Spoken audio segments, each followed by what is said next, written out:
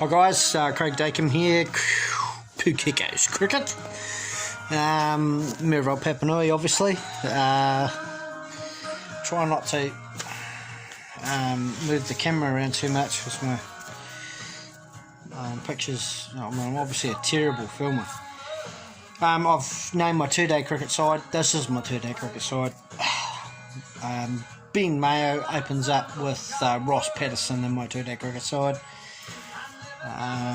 Managers obviously are Marcus Lightfoot, quality, just pure quality man, and Ross Groves, and those two guys are just unbelievable fellas, and they'll just help this team mesh and play the best cricket they can possibly play.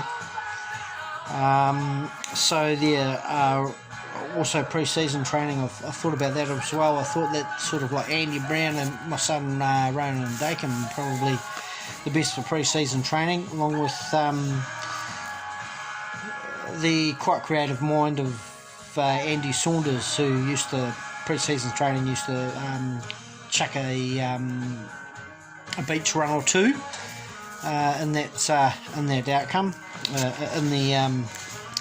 in the pre-season. Often do a weight training or something like that, and we did a lot of beat tests as well.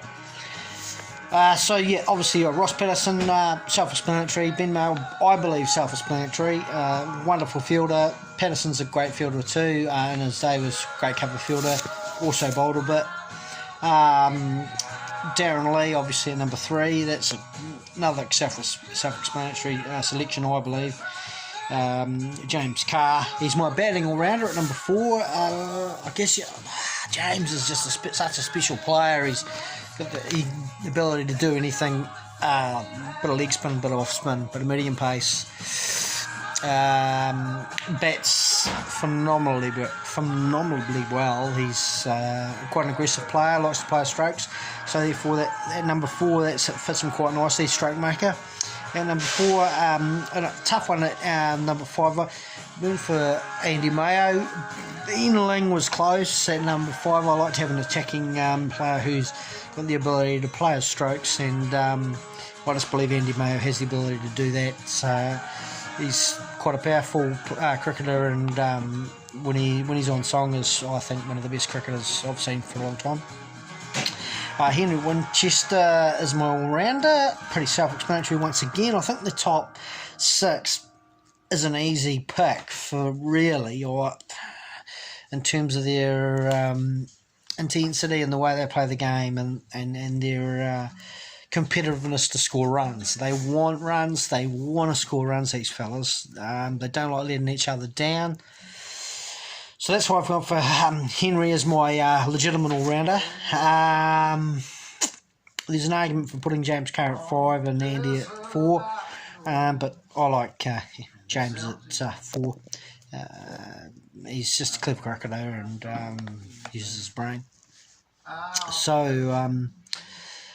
then it came to my number 7 pick. That was a tough one, real tough between Tim Watts and Ryan Hawkins. Now, bowling all-rounder is what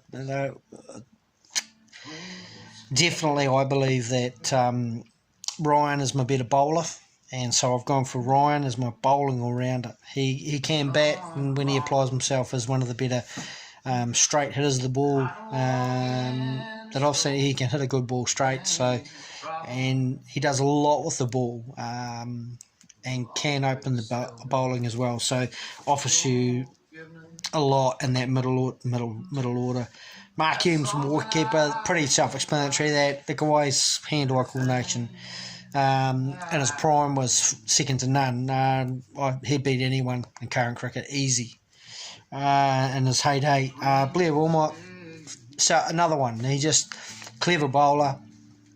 Good lines, good lengths, and trapped batsmen easy, and tormented them with great lines. Could put that ball on a dime, and being a lefty he was just exceptional. Fantastic cricketer for the club. And then, of course, my opening bowlers now could be contentious. I don't know, But for me, it's pretty self-explanatory. Gary Saunders and Nathan Columbus. They're my 10-11. Yeah, well, I don't think there'd be too many arguments with that one. Gary could do a lot with the pill, and on his day, it was more than devastating. And yeah, so I've got my 12th man is probably that's going to be contentious, I believe. I've picked Kyle Sloan. He's kind of like my Ben Stokes of the side. Potentially very good. And this side, I think he'd pull his socks up and put some good performances together. And also Tim Watts at number he's my 13th man, number 13. Obviously, James Carr he can keep as well. So if anything happens to Hume, Jimmy can keep, and I think we're all pretty sweet. Now, Jess Hastings was pretty close to the side as well.